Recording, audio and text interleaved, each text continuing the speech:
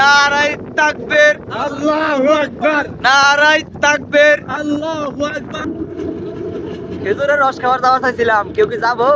গেলে তো চলো যাই। আসসালামু আলাইকুম।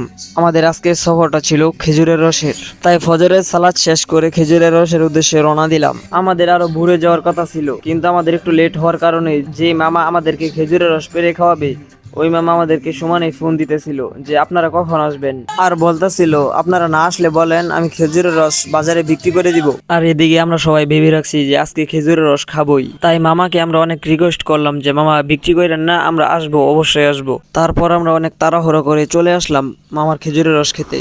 আমরা আয়সা মামাকে বললাম যে আমরা তো আপনাকে বললাম যে আমরা আসবো, তারপরে আপনি কেন এত আমাদেরকে প্যারা দিলেন, যে সমানেই ফোন দিলেন আর বললেন যে আপনারা না আসলে খেজুরের রস বিক্রি করে দিব। তারপর মামা যেটা বললো সেটা শোনার জন্য আমরা মোটেও প্রস্তুত ছিলাম না। মামা মূলত আসছে রাজশাহী থেকে।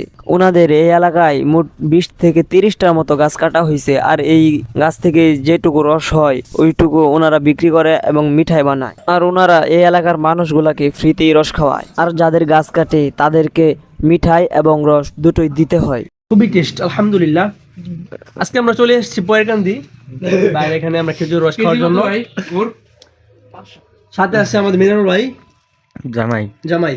এই এলাকার মানুষকে ফ্রিতে খাওয়ানোর পরেও নাকি এই এলাকার মানুষগুলো চুরি করে নিয়ে যায়। এটা শোনার পর খুবই কষ্ট পেলাম, কারণ ওনারা সুদূর রাজশাহী থেকে আসলো আমাদের এখানে, আর আমরা ওনাদেরকে ঠিক মতো সম্মানটাও করতে পারলাম না। আর এই কারণে নাকি ওনারা নেক্সট টাইম আর এখানে আসবে না।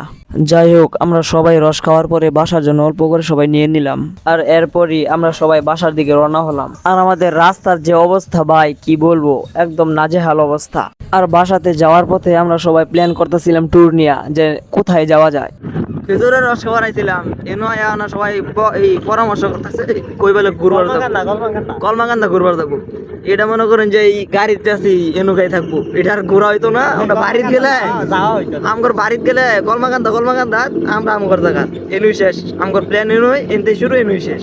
এর আগেও আমরা একবার আসছিলাম খেজুরের রস খেতে, এটা নিয়ে দ্বিতীয়বারের মতো আসলাম। শীতের শুরুতে একবার আসা হয়েছিল, আর এখন শীত শেষের দিকে আসলাম, কারণ শীত শেষ হয়ে গেলে পরে তো আর খেজুরের রস পাওয়া যাবে না। তো আজকের মতো এই পর্যন্তই। আসসালামু আলাইকুম।